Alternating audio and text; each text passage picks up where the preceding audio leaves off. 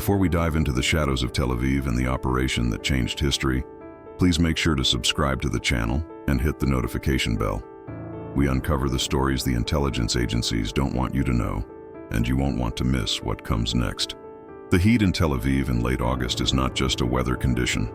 It is a physical weight. It presses down on the asphalt of the Ayalon highway, turning the air into a shimmering haze of exhaust and humidity.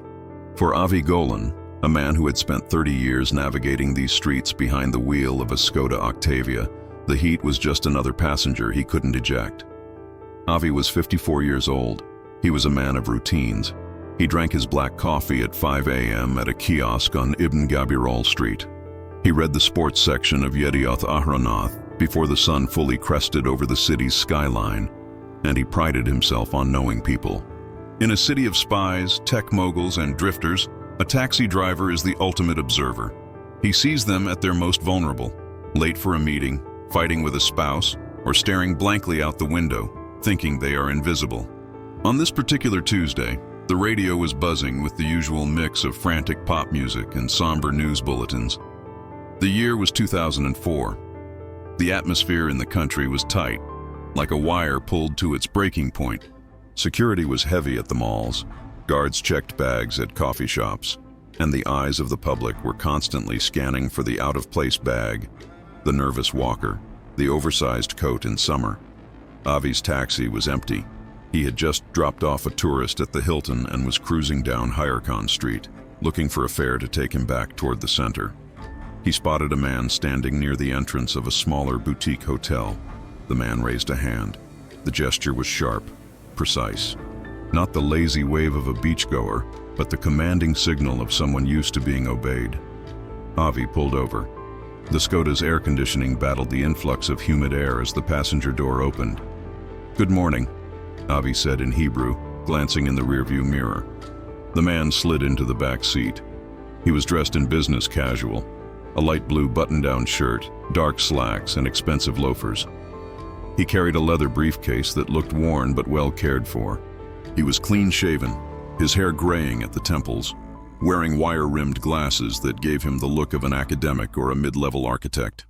"Morning," the man replied. His Hebrew was good, almost too good.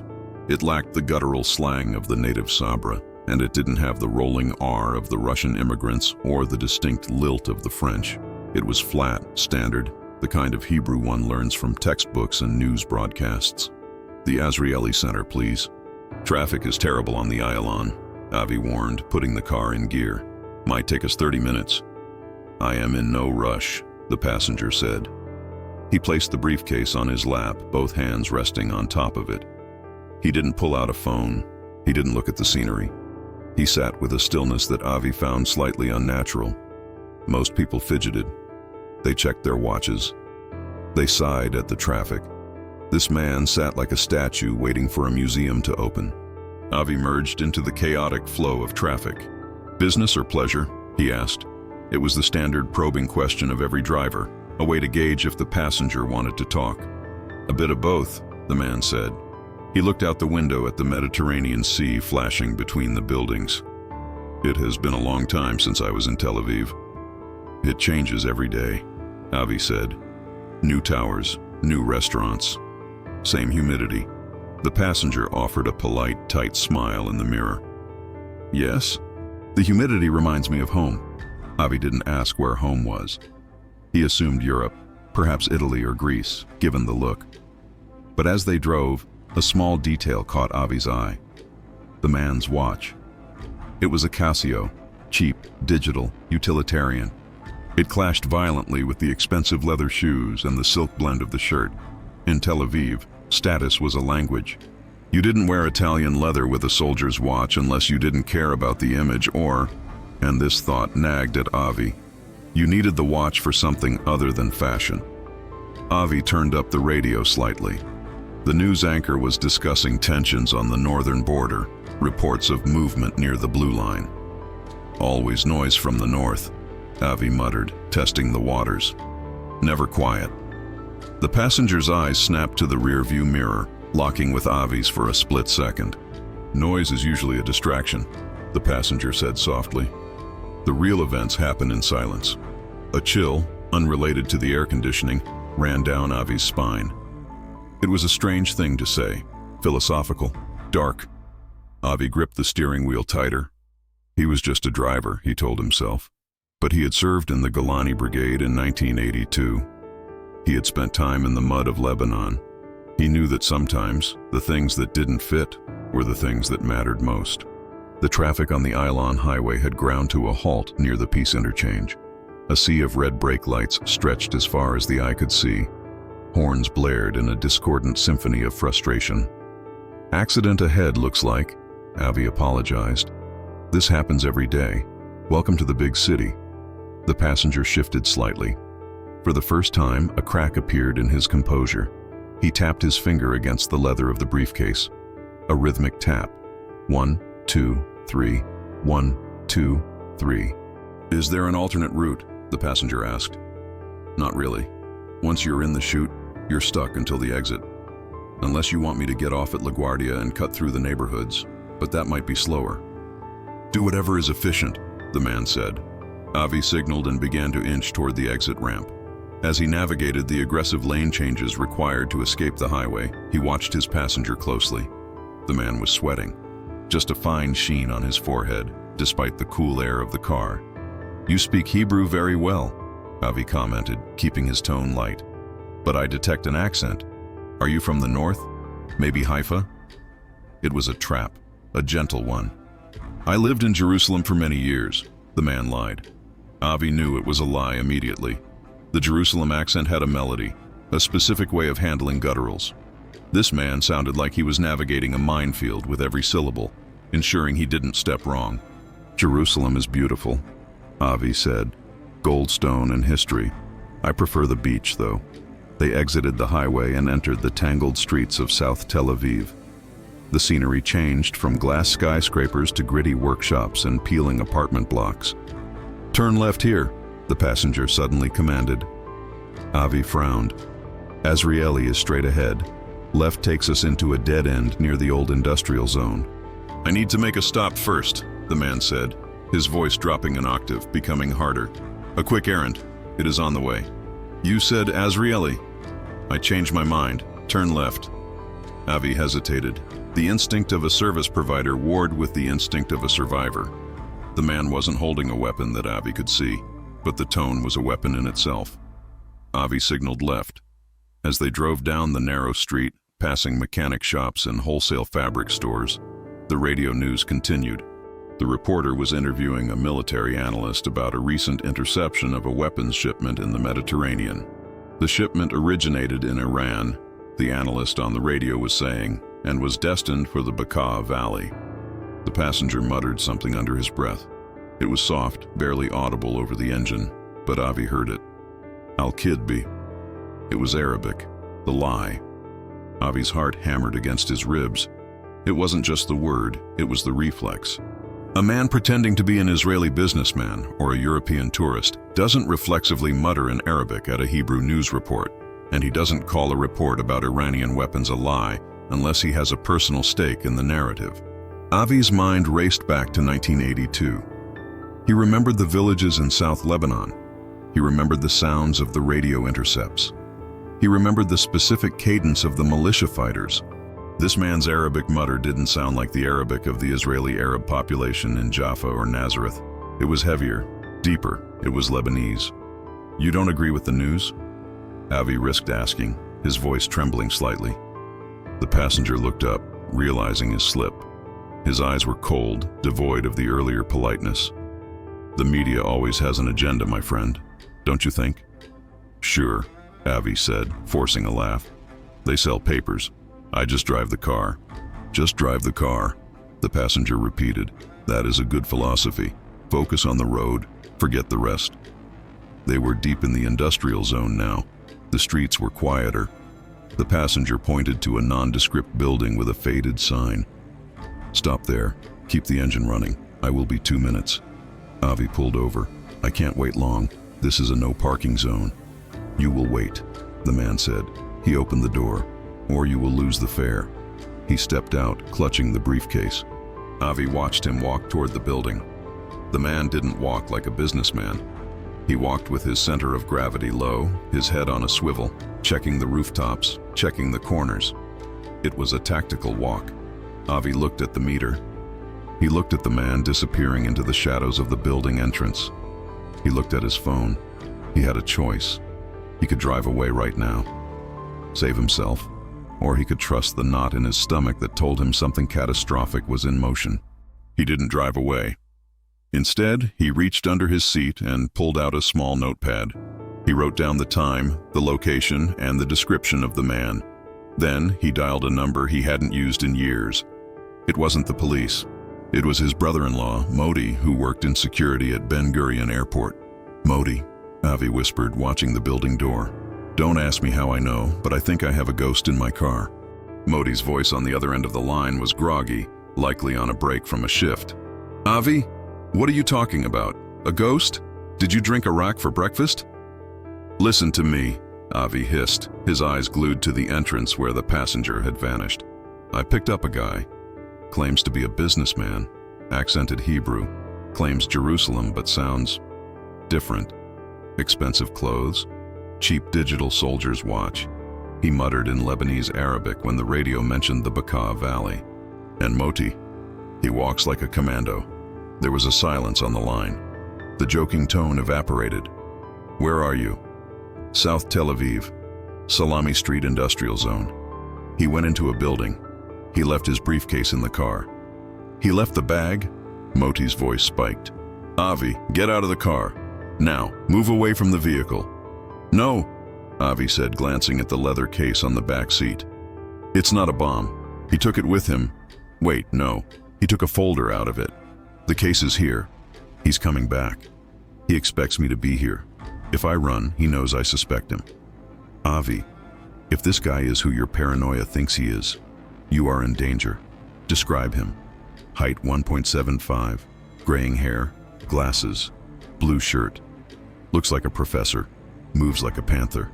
He ordered me to turn off the route. He's meeting someone in there." "Okay," Moti said, his voice professional now. "I'm going to pass this to a contact I have in the Shabak, Shin Bet. Keep the line open but hidden. Do not engage him. Just drive where he tells you.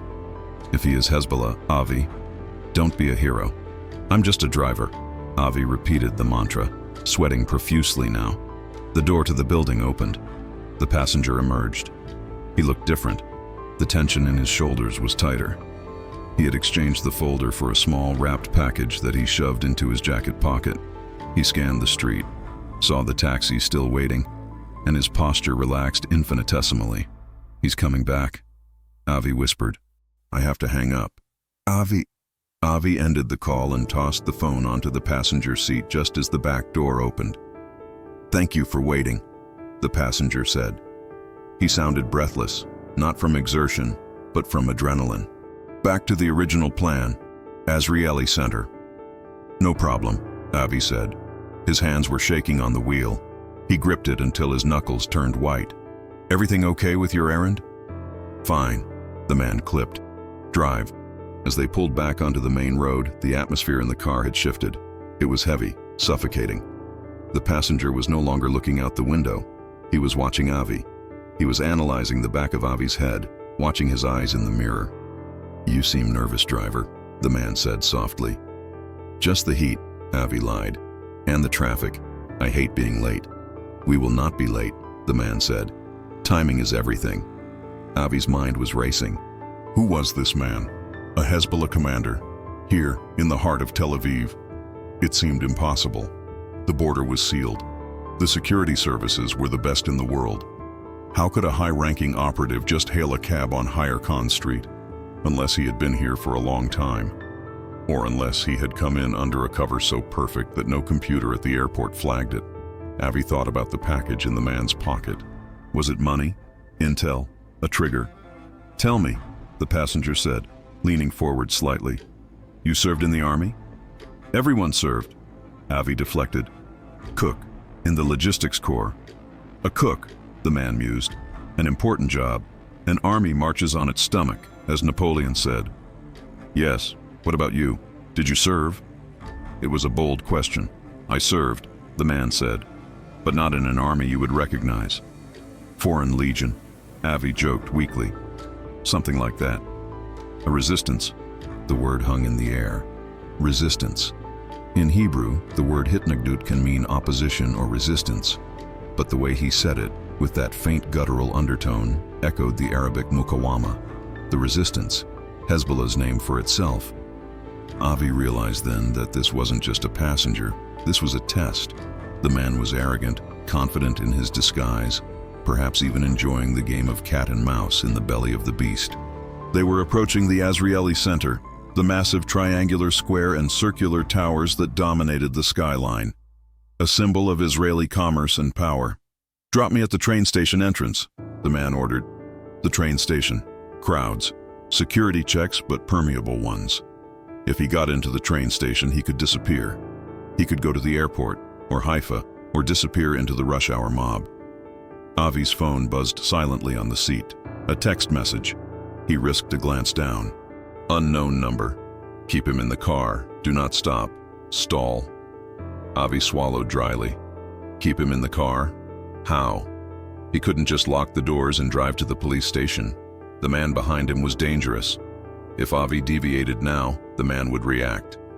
Problem, Avi said, his voice cracking. The entrance to the train station is blocked. Police activity. I see the lights from here. There were no lights. It was a bluff. The passenger strained to look. I don't see anything. It's further up. They are diverting traffic. I have to go around the block to the other side. I don't have time for a tour, the man snapped. Let me out here. I will walk. I can't stop here. It's a highway off-ramp.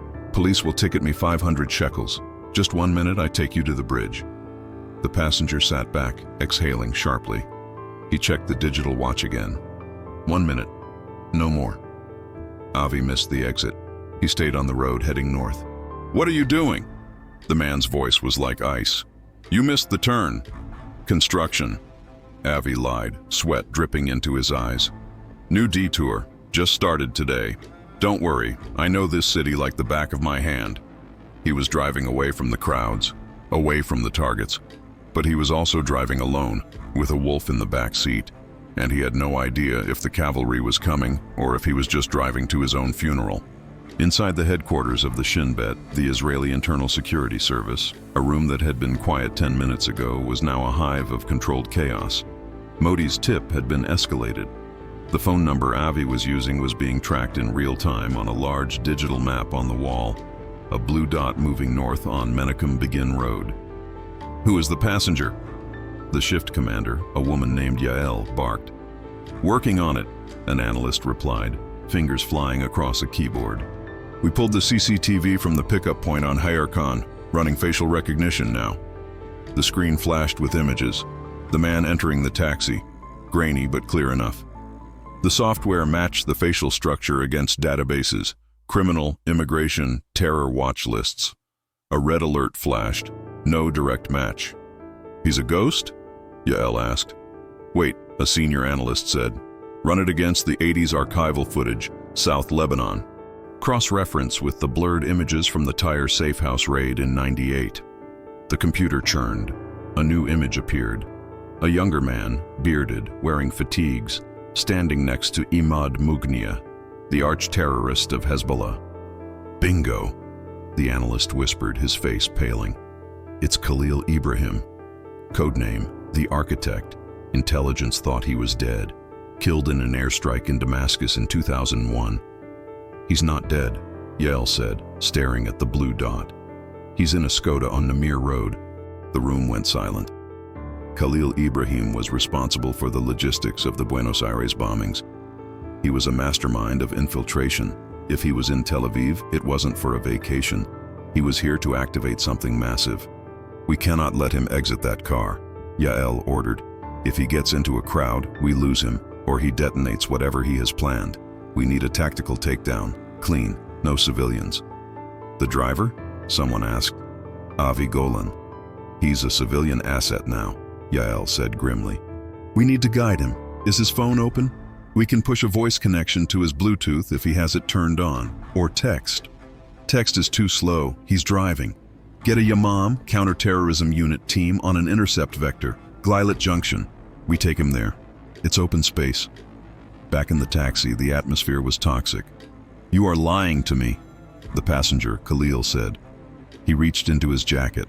Avi saw the movement. Sir, please. I am just trying to get you there faster.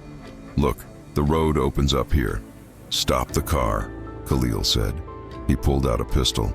It was small, compact, a suppressed Beretta. He pressed it against the back of Avi's seat, right where the kidneys would be. Stop the car, or I will put a bullet in your spine and drive it myself. Avi's mind went blank with terror, but his body remembered the training from decades ago. Panic kills, action saves. Okay, Avi shouted. I'm stopping, don't shoot, I have kids. He slammed on the brakes. The car screeched to a halt in the middle of the middle lane. Horns erupted behind them. Not here, you idiot, Khalil hissed, looking around frantically. Pull to the side. I panicked, Avi yelled, playing the role of the terrified civilian. You pulled a gun. What do you expect?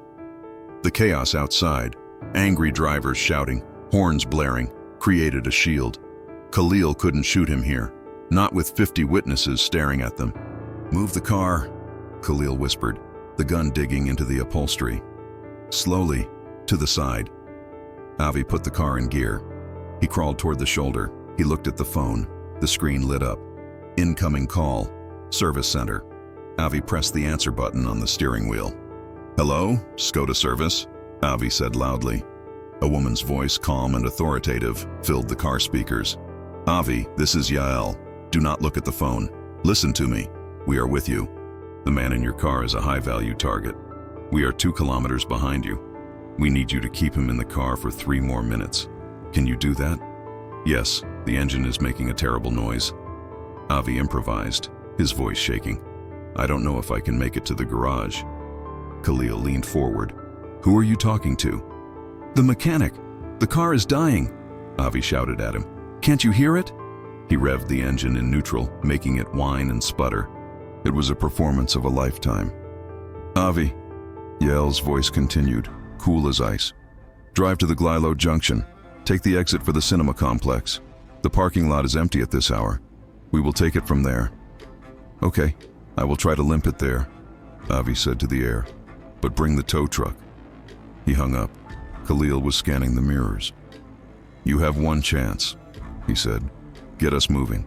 If I see a police car, you die first. No police, Avi promised. Just a broken radiator and a bad day. He merged back into traffic, heading for Glilat. He was driving a hearse, and he prayed the body in the back wasn't going to be his own. The drive to Glilat felt like an eternity compressed into minutes. Every car that passed them seemed suspicious to Khalil. He kept his head low, the gun never leaving its position against the seat. Why are you sweating so much? Khalil asked. A gun in my back tends to do that, Avi replied honestly. Honesty was the best camouflage now. You are a smart man, Avi, Khalil said. He had read the ID card on the dashboard. You have a family? 2 daughters, 1 grandson. Grandchildren are a blessing, Khalil said, his voice strangely wistful. I have not seen mine in a long time. This war takes everything from us. Then why fight it? Avi asked. The words slipped out before he could stop them. Khalil chuckled, a dry, humorless sound. We do not choose the war. The war chooses us. We are born into the fire. You, me. We are just sparks flying from the same flint. I just want to drive my taxi, Avi said. And I just want to pray in my village, Khalil replied. But here we are, on a highway built on land that, well, let us not discuss politics. Just drive. They approached the Glilat Junction. To the right was a massive cinema and shopping complex. To the left, the headquarters of Mossad and military intelligence. It was the irony of Tel Aviv, entertainment and espionage separated by a bridge. Take the exit, Avi said. The garage is behind the cinema. If this is a trap, Khalil whispered, leaning close to Avi's ear, I will detonate. Avi froze. Detonate? You have a bomb. I am never without insurance, Khalil said. Avi realized the package he had picked up wasn't just documents. It was explosives. Or maybe the briefcase itself was rigged. The stakes had just multiplied. If the Yamam team shot him, and he had a dead man's switch, the explosion could kill civilians in the nearby mall. Avi keyed the microphone on his radio, clicking it twice. A signal he hoped Yael was monitoring. Click, click. In the command center, Yael heard the static clicks. Double click, the analyst said. That's the distress signal for immediate threat escalation. He's claiming a bomb. Abort the sniper takedown, Yael ordered immediately. If we shoot him and he drops a trigger, we lose the driver and maybe bystanders. We need a jammer. Cut the remote signal frequencies. Jammer's active in the sector, but if it's a manual trigger, jamming won't help. We need to separate him from the device, Yael said, rubbing her temples. Or separate him from the driver. Avi pulled into the vast, sun-baked parking lot of the cinema. It was largely empty, just a few cars belonging to early shift workers. Where is the garage? Khalil demanded, scanning the lot. Round the back, Avi said. Near the loading docks. He saw them then. A van parked near the trash compactors. A couple sitting on a bench eating ice cream. A maintenance worker sweeping the asphalt. Avi knew none of them were what they appeared. The sweeper was holding the broom wrong. Too stiff. The couple wasn't talking. The van had tinted windows that were too dark. Stop, Khalil ordered. Something is wrong. What? It's too quiet. Khalil reached for the door handle. I am getting out here. Wait, Avi shouted. The payment! You owe me 150 shekels. It was such a mundane, absurd protest that it made Khalil pause. He looked at Avi with disbelief. I have a gun and you want your fare? It's the principal, Avi yelled, desperate to keep him 1 second longer. I drove you through hell. Pay me. Khalil laughed. He actually laughed. He reached into his pocket with his free hand and pulled out a wad of bills. He threw them at Avi. Keep the change, Zionist. Khalil opened the door and stepped out into the heat. He kept the briefcase close to his chest. His other hand was in his jacket pocket, gripping the gun or the trigger. Avi sat frozen. He had done his part. He had delivered the package. Now, he wanted to disappear. But as Khalil took 3 steps away from the taxi, the maintenance worker dropped the broom. The takedown was not like the movies. There were no sirens, no megaphones shouting freeze. The maintenance worker didn't pull a gun. He pulled a small black device from his belt and threw it. It was a flashbang grenade, but tuned for concussion. Bang! The sound was deafening, a physical slap of air. A brilliant white light blinded everyone in a 20-meter radius.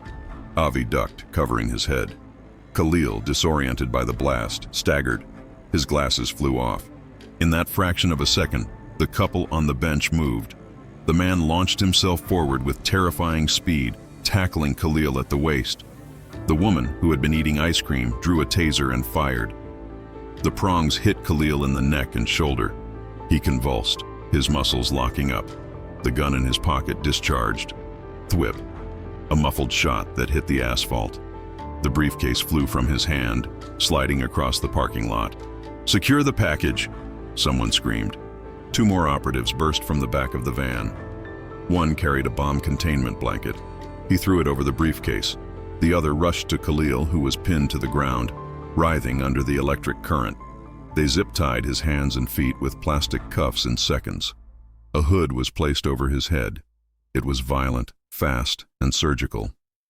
Avi peeked over the dashboard.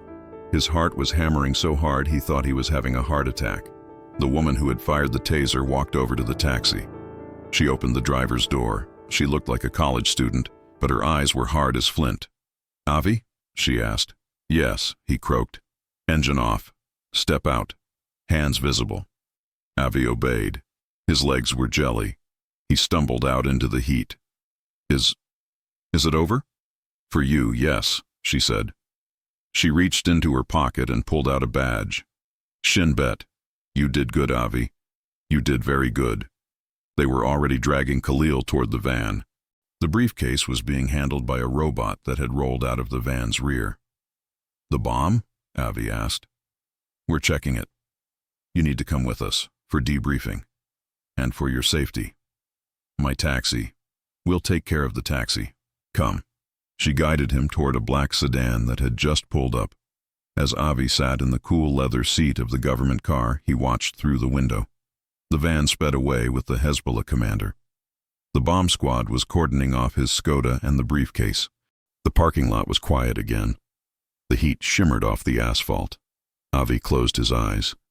He thought of the 150 shekels scattered on the floor of his cab. Blood money, he thought, or maybe just a tip for the ride of a lifetime. The room was cold. That was the first thing Avi noticed. After the brutal heat of the day, the air conditioning in the facility was set to freezing. He sat at a metal table, a cup of lukewarm tea in front of him.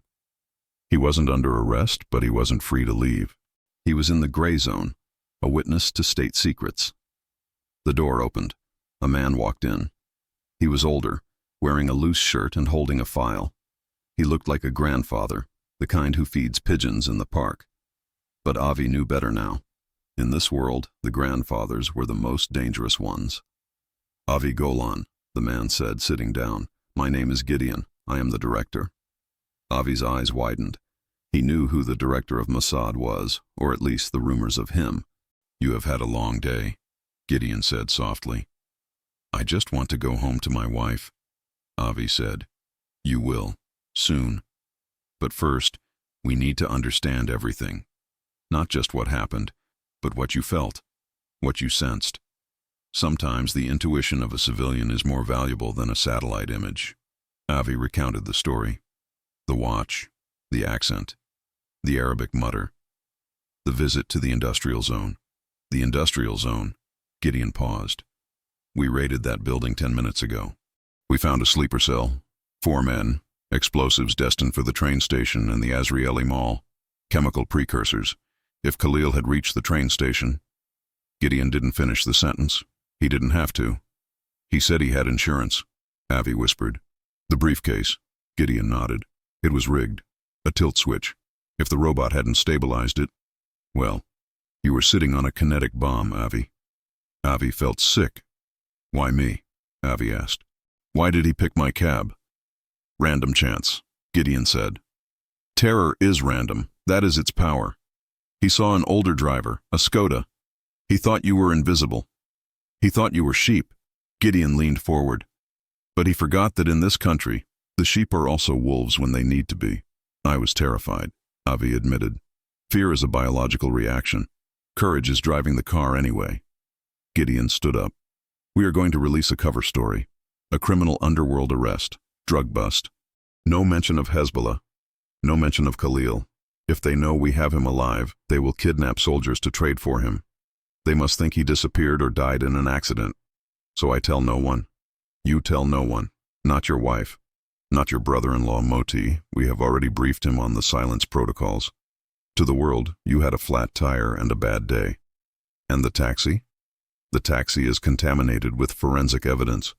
We are keeping it. We have already transferred the funds for a new Mercedes to your account. Consider it a thank you from the State of Israel." 2 days later, Avi was sitting on his balcony in Bat Yam, looking at the sea. The news was playing in the background.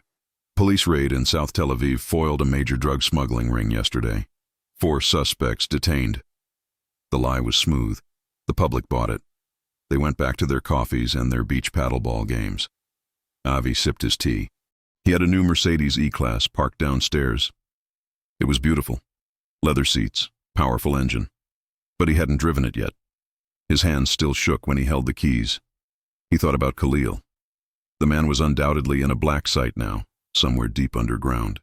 They would be stripping his mind, layer by layer, extracting the networks, the codes, the future plots. Avi realized he knew the face of the enemy now. It wasn't a monster with fangs. It was a man in a blue shirt who missed his grandchildren and quoted Napoleon. That was the terrifying part. The humanity buried under the fanaticism. His phone rang. It was Moti. "Avi, you saw the news. Drugs. Can you believe it? All that drama for some heroin dealers." Moti was playing his part. Or maybe they had wiped Moti's memory too. No, Moti knew the game. "Yeah," Avi said. "Crazy world. How's the new car?" "It's nice. Quiet." "You going back to work tomorrow?" Avi looked at the horizon. The sun was setting, turning the Mediterranean into a sheet of gold. "I think I'll take a few days off," Avi said. "Maybe take the wife to Jerusalem. I hear the stone is beautiful this time of year." 3 weeks later, the euphoria of survival had faded, replaced by a lingering paranoia. Avi found himself checking the faces of his passengers too closely. A young soldier with a heavy bag. Suspicious. An old lady with a thick coat. Suspicious. He was driving near the university when a man flagged him down. Avi hesitated. He almost drove past. But he forced himself to stop. If he stopped driving, the terror won. The man got in. "Ramat Aviv, please." Young, student type, backpack, headphones. "Sure," Avi said. They drove in silence. The student was tapping on his phone. Suddenly, Avi's own phone buzzed. A text message. "Unknown number. You have a good memory, Avi, but memories can be dangerous." Avi froze. The car swerved slightly. He looked at the student in the mirror. The student wasn't looking at him. He was just texting. Another text arrived. "Unknown number. Just kidding. This is Yael. We are monitoring your device for security. You are doing fine. Breathe." Avi let out a breath he didn't know he was holding. They were watching him, protecting him, or just ensuring he didn't talk. It didn't matter. He wasn't alone. "Everything okay?" the student asked, noticing the swerve. "Yeah," Avi said, a genuine smile breaking onto his face for the first time in weeks. "Just a guardian angel checking in." "Cool," the student said, putting his headphones back on. Avi turned onto the main road. He turned up the radio. The music was loud, vibrant, alive. He rolled down the window and let the hot, humid air of Tel Aviv rush in. It smelled of salt, exhaust, and falafel. It smelled like life. And Avi Golan, the taxi driver who caught a commander, pressed the accelerator and drove into the chaotic, beautiful, dangerous city that was his home. Years later, the full impact of that day would be whispered about in intelligence academies. The capture of the architect led to the dismantling of Hezbollah's cell network across Europe. It stopped a planned, synchronized attack that would have claimed hundreds of lives in Paris and London. The intelligence extracted from Khalil led to the interception of the Karine A, a weapons ship, and exposed financing routes running through South American banks. One taxi ride, one observant driver, one slip of the tongue. History doesn't always turn on the decisions of generals in war rooms. Sometimes it turns on a traffic jam on the Ayalon highway and a driver who decides that today he isn't just going to look the other way. Avi never told his wife the full story. She knew he had helped the police, that he was a hero of some sort, but she didn't know he had looked into the eyes of one of the world's most dangerous men and lied to his face. On his retirement day, 10 years later, Avi received a package in the mail. No return address. Inside was a watch. It wasn't a cheap digital Casio. It was a vintage Omega engraved on the back. For driving the car. Gee. Avi put it on. It felt heavy, solid. He walked out to his balcony, looked north toward the border he had once defended, and nodded. The silent war continued, but he had done his shift.